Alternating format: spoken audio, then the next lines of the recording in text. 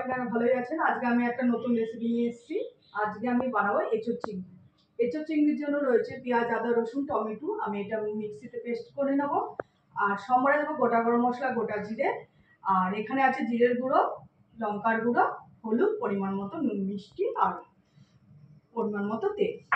এবার আমি গ্যাসটা কড়াইটা আমি আগে গরম করতে দিয়ে দিয়েছি। এবার আমি পরিমাণ মতো তেল দিয়ে দেবো। তেল দিয়ে চিংড়ি মাছটাকে আমি ভেজে নেব। প্রথমে চিংড়ি মাছটা ভাজার জন্য আমি পরিমাণ মতো লবণ আর পরিমাণ মতো হলুদ দিয়ে মাখিয়ে ভেজে নেব।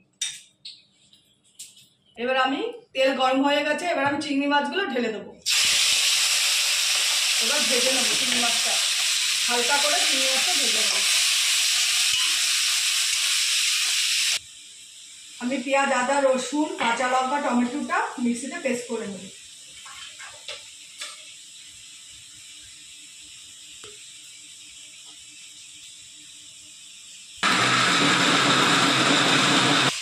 এবার চিংড়ি মাছটা আমি উঠিয়ে নেব, আমার ভাজা হয়ে যাবে।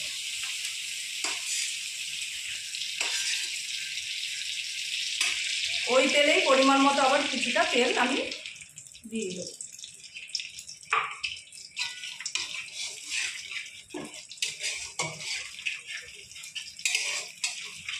হয়ে গেছে, এবার গোটা গরম মশলা আর গোটা জিরে ফোড়নে দিয়ে দেবো।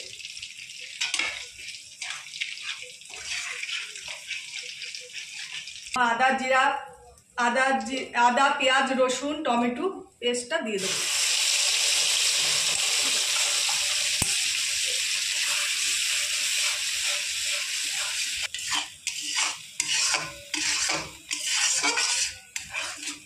এবার আমি জিরের গুঁড়ো, হলুদ আর লঙ্কার গুঁড়ো দিয়ে দেবো। দিয়ে মশলাটাকে কষিয়ে নেব। পরিমাণ মতো লবণ দিয়ে দেবো।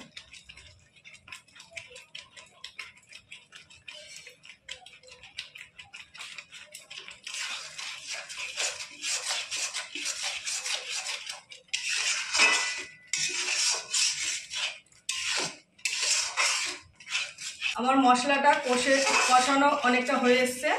এবার আমি সেদ্ধ করা আলু আর এঁচোড়টা দিয়ে ভালো করে একটু কষিয়ে নেব। আর আমি আজকে দমের আলু দিয়েছি, ছোট ছোট আলু।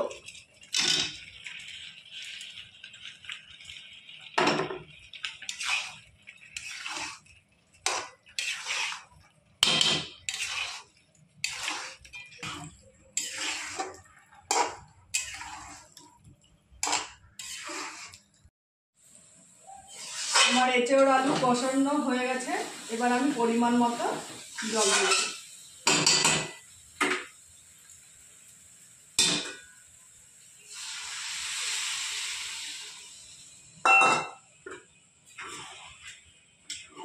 বেশি জল দেবো না, কারণ এঁচোড় আলু আমার সেদ্ধ করা, এই জন্য পরিমাণ মতো জল দিয়ে দিলাম।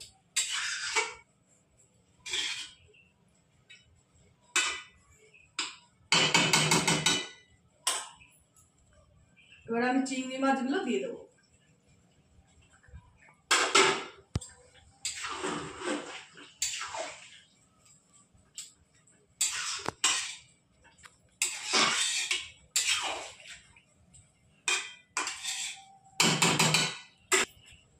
এবার পরিমাণ মতো আমি চিনি দিয়ে দেবো।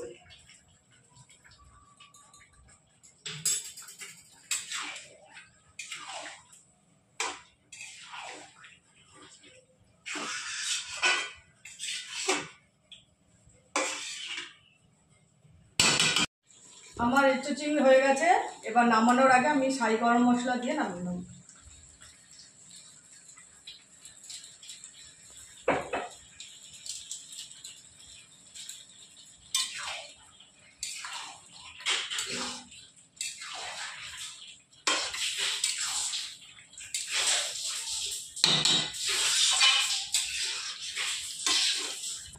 আমার এঁচোড় চিংড়ি রান্না হয়ে গেছে, এবার আমি গ্যাসটা বন্ধ করে দেবো এবং নামিয়ে নেব।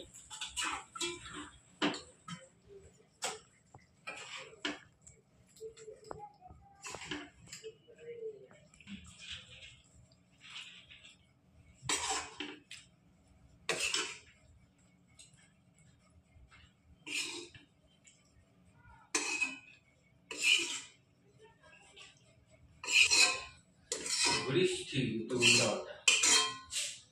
আমার এঁচোড় চিংড়ি রান্না কমপ্লিট। এবার আপনাদের যদি রেসিপিটা ভালো লেগে থাকে অতি অবশ্যই আপনারা বাড়িতে এরকম করে খাবেন। আর যদি ভালো লেগে থাকে লাইক কমেন্ট শেয়ার করবেন আর সাবস্ক্রাইব করতে একদম ভুলবেন না। আর কমেন্টে জানাবেন রেসিপিটা কিরকম হয়েছে। নমস্কার।